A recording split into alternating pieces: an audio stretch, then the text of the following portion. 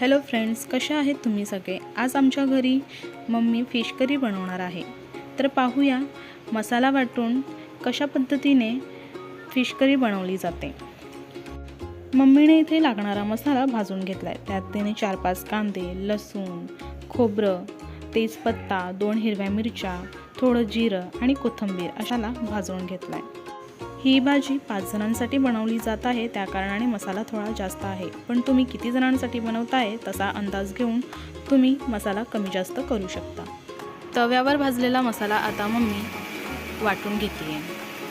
वाटून घेतलेल्या मसाला व्यतिरिक्त लागणारा इतर मसालाही मम्मीने काढून घेतलेला आहे।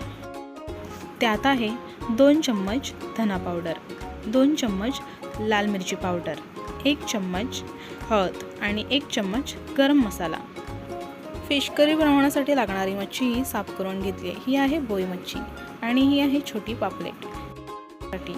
दोन्हीही साफ करून घेतली आहेत। आता आपण फिश करी बनवायला स्टार्ट करूया। मम्मीने कढई घेतलेली आहे, त्यात तिने 3 पई तेल टाकले। तेल चांगलं गरम होईस्तोवर मम्मीने फिशवर हळद आणि मीठ चोळून घेतलंय। तेल आता चांगल्या प्रकारे गरम झालेले आहे। त्यात आता मसाले टाकूया। मम्मीने आधी कांदा, लसूण, कोथिंबीरची पेस्ट टाकलेली आहे। त्यानंतर तिने खोबऱ्याची पेस्ट टाकलेली आहे।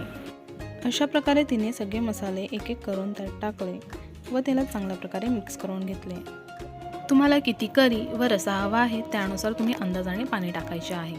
आम्ही इथे भाकरीसोबत खाणार आहोत, त्यामुळे मम्मीने थोडे पाणी जास्त टाकले आहे। जर तुम्ही भातासोबत खाणार असाल तर पाणी कमी टाका।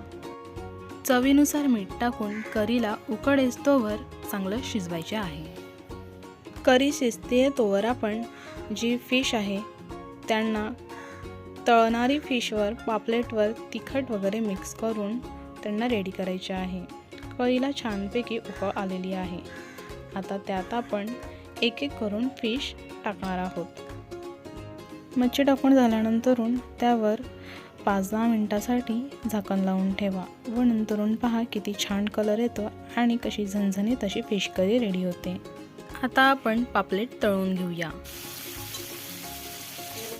पापलेट परतवून घेऊया।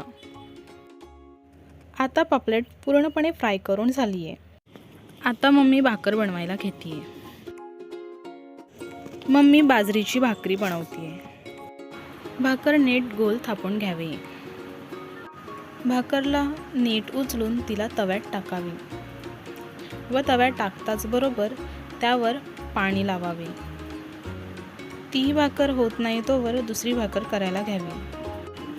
असे करत मम्मीने 5 भाकऱ्या बनवल्या।